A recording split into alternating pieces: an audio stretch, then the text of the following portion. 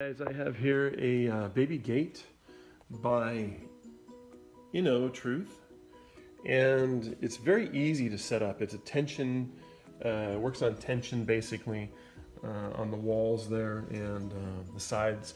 You can use the little, oops, a little spanner fell that I was using. You can use the pucks on the sides here to protect the wall. These are little cones, cups, that you either have a double-sided tape you can put on there that'll hold it in place, and if you want it to be more secure, there's a little screw that goes in the middle before you put this footing inside there. So, and actually I grab a couple of these screws and I'll show you what the pucks look like and the tape. Here's a screw here. It just goes in the center. This is one of the little pucks that they have, the little adapters for the foot, and then you got the double-sided tape right here, that the white tape that sticks to the wall and also the back of this puck. So you can use that and the screw to keep it in place, which is really nice. Or you could just use the double-sided tape if you don't feel it needs to be any more secure than that. You don't want to damage the wall with a screw. Or you can use both for added security so it doesn't go anywhere. So I've set this up. It's not up here permanently. I just put it up to demonstrate for you guys what how it works, and it actually attached pretty well right here as well on the side rail. And if you put a screw in there, it won't move at all. But right now, I have it pretty good. And then the bottom, they just tension wherever you want to put it. So I want to show you. We have another similar one here that we've been using, and it works the same way. And it's been great. So this one here is probably the easiest latch that I've ever used. It's very nice, and it's amazing that I know kids would never figure this out. They're younger ones, but it's amazing because they usually make it so difficult for adults even. So you just pull back on this and lift up, and as it does that, it releases the deadbolt, plastic deadbolt area. So you just pull back, lift up. It's beautiful, and it locks it securely. It has a second insert here that adjusts. You can take this out, and it'll be shorter if you need a smaller space. I put it in because I have a longer area here. But this whole panel right here, actually this whole panel all the way down comes out, as you can see right here where the where they meet each other there, sorry.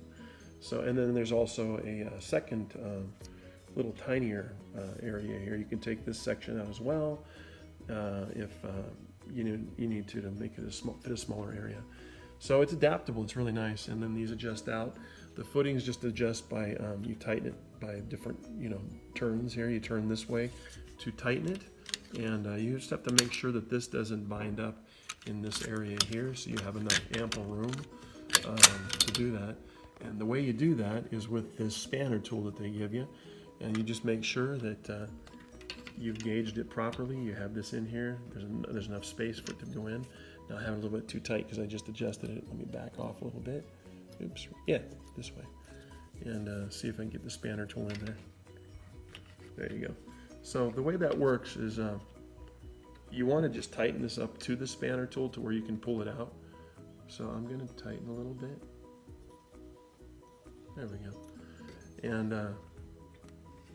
see, just nicely, so you can pull it out, but yet it's firm, snug, and then that just allows for a nice, solid, tight gate. They did give you a giant zip tie that you're supposed to put on here while you're installing the gate. Sorry about that. And really, most people probably won't need it.